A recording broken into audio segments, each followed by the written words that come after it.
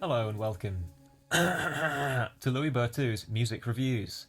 Today I'm going to be talking about Big Thief's U.F.O.F.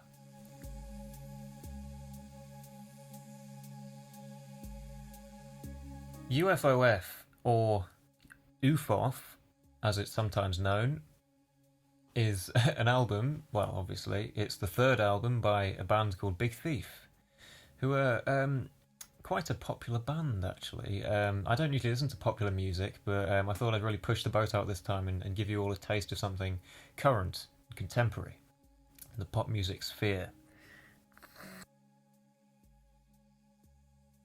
On this record here we see Adrian Lenker, singer, songwriter, guitar player, flanked by quite a folky ensemble of, I've written their names down, James Krivchinier on guitar, James Krivchinier on drums, Max Oliachik on bass, and then Buck Meek, who's got the most boring name out of the three, on guitar. Together they make Big Thief, and with Adrian Lenker's breathy vocal delivery soaring over the top of it,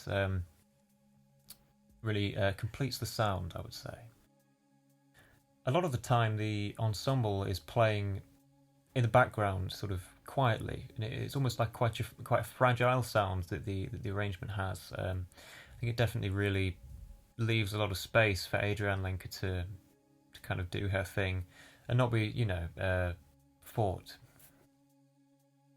While I say that, there are still some moments on here where I think the band really do deliver a much needed punch, and there's, and I wrote down obviously a cracking example of that is the bridge section in the song Jenni, which really sort of comes out of nowhere. It's just a real sort of explosive moment from the band.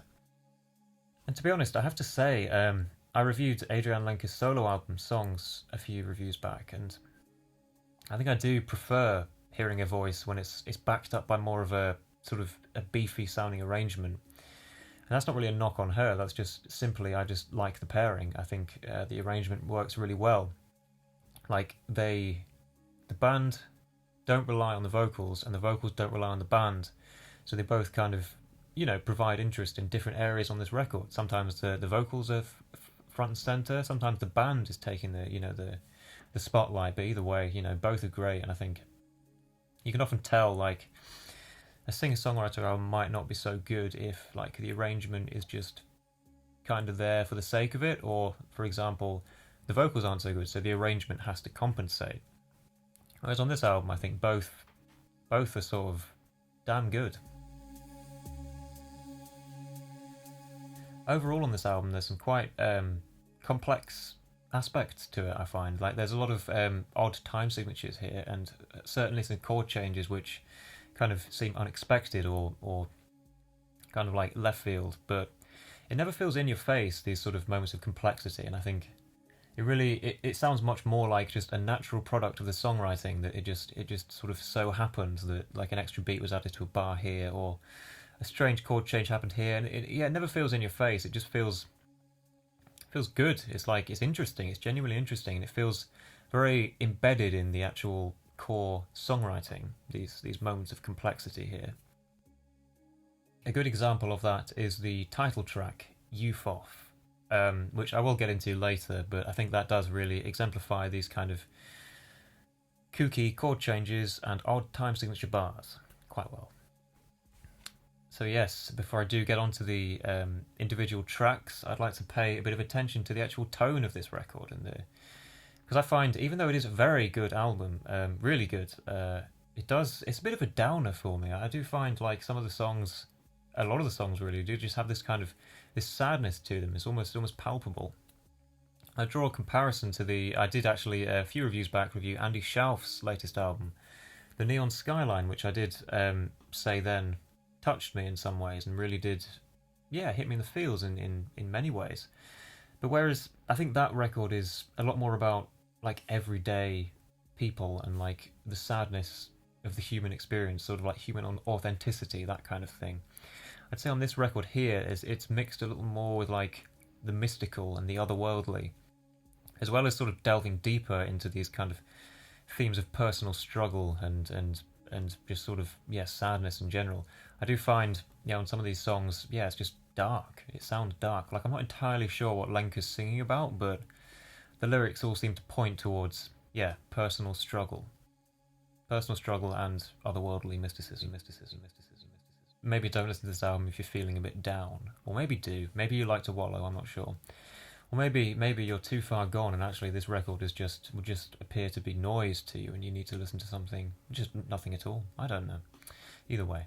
I'm talking too much. Let's move on to the individual tracks. Yes. The bangers themselves.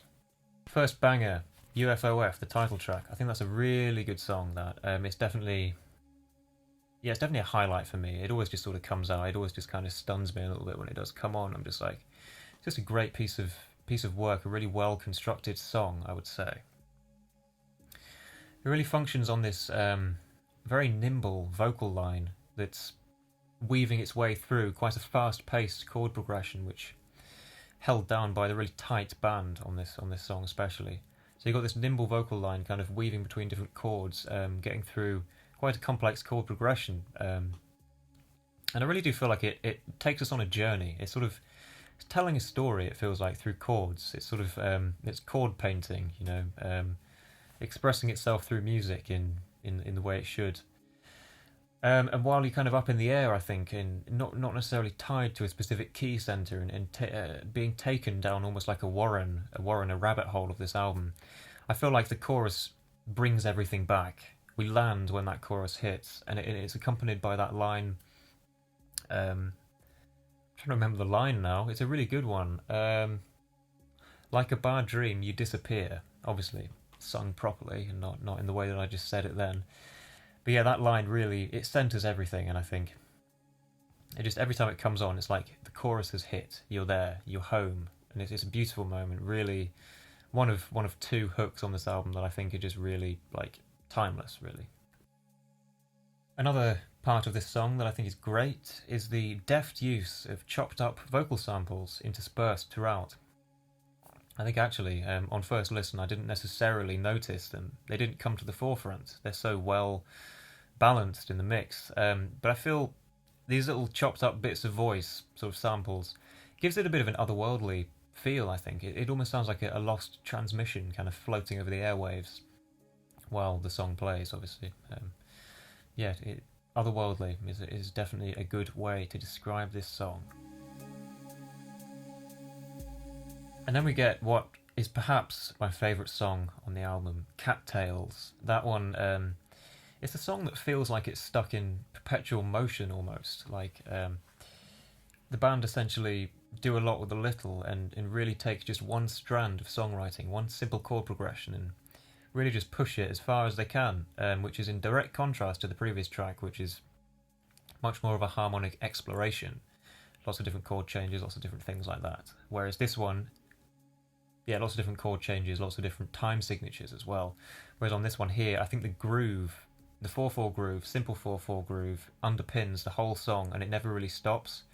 And I think that does contribute, as well as sort of Adrian Lenker's sort of repetitive almost vocal delivery, it contributes to this sense of perpetual motion.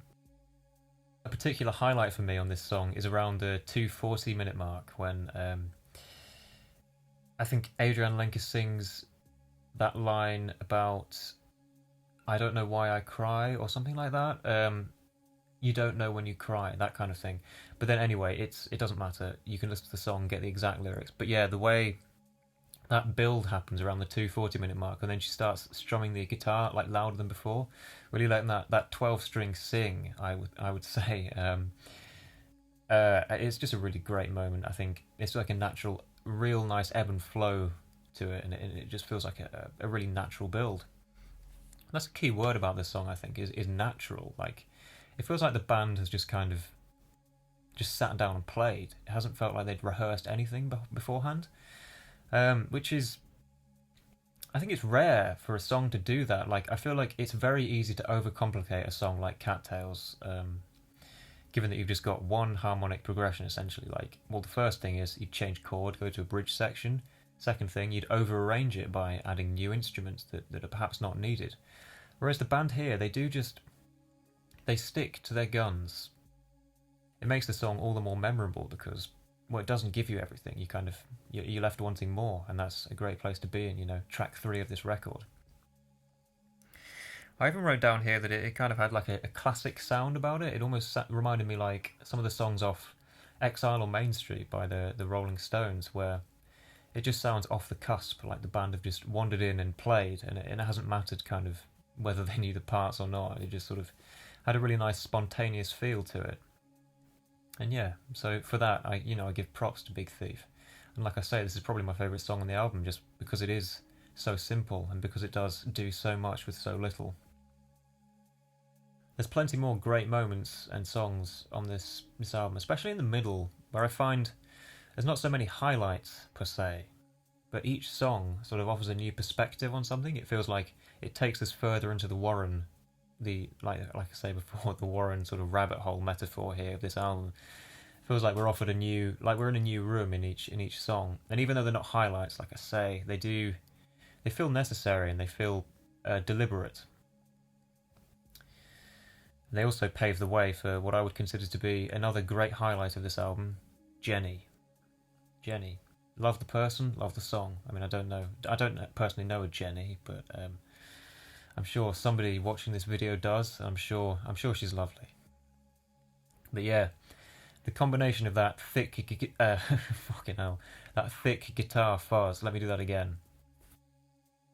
The combination of that guitar fuzz, as well as Adrian Lenker's really like breathy kind of wispy vocal, that just soars and floats at the same time over the top of these chuggy instruments. It's just it's a recipe for not disaster. It's a recipe for the opposite of disaster, which I don't actually know what it is. But if someone can type in the comments, please, what the opposite of disaster is, that would be great. Help me out here. But yeah, it's a fantastic song, and it's the band at their most shoegazy as well. Like, I don't know about you, but I get sort of My Bloody Valentine or Cocteau Twins vibes from this song. Really, like a song like "Blown a Wish" off of Loveless. Just straight up. And this Jenni, the line, the hook, "Jenni's in my room," obviously sung by Adrian Lenker and a lot more tuneful. It's probably the biggest hook on the album. It's certainly one of the most memorable to me. It's just great, and they know it as well, because they repeat it over and over again. I think that chorus comes back about 3 times, so yeah, they're not ashamed to really proclaim "Jenni's in my room." I should also probably mention the bridge section as well of this song, which is it's crazy. The first time I heard that bridge, it just really threw me a curveball. I was not expecting it.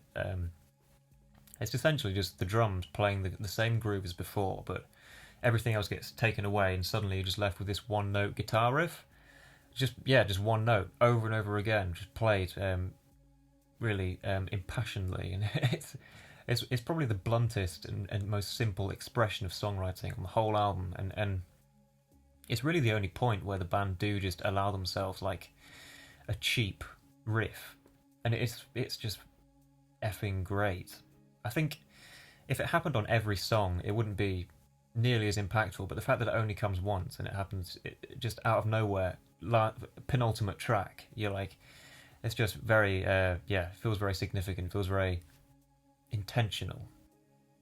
And then obviously straight after that bridge, it kind of comes in totally unexpectedly and then gets wiped away just as quickly as it came, and then you're left with the Jenni's in my room hook coming back again, and then just like you're back in the grips of a pure banger.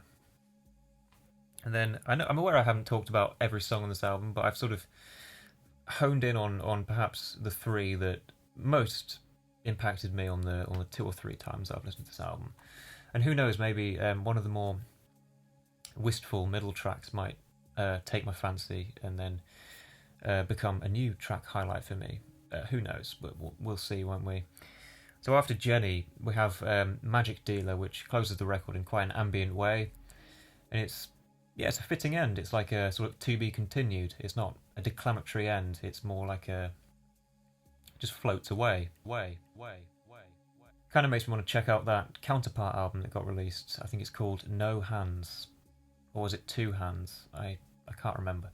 But yeah, the Counterpart, which I haven't listened to, I would like to listen to that now, because I feel like this record It's left me on a cliffhanger, really, with this little floaty ambient outro. I'm kind of like, oh, well, I want to hear that 5-to-1 cadence. I want to check out the next album, really be satisfied with my Big Thief needs. Anyway, I'm talking too much here. Let's cut here. So, overall, Big Thief's U.F.O.F is a great, although slightly downerish album. I'm a big fan of the arrangements, and I think they couple nicely with the songwriting and the vocal delivery. I don't think either one relies on each other. Like, the vocals are good, the arrangements are good. Each one could carry a record, I think, but together they create what's, an unusually good singer-songwriter album, I think. U.F.O.F is a well-constructed and touching album, and I'm excited to hear more from the band. I think they do have a new release coming out soon, obviously. Most of their music's new to me, but it's exciting to have a new release. That's something to look forward to in 2021, amongst all the doom and gloom that this pandemic holds for us. So yeah, new records keep us interested, don't they? Fuck, I don't know why I looked at the camera in such a creepy way then. I need to give out a score. This album's really good. It exceeded my expectations, and for now I'm giving it a strong 8 out of 10. But who knows, in the future it might go up to a 9. Who knows?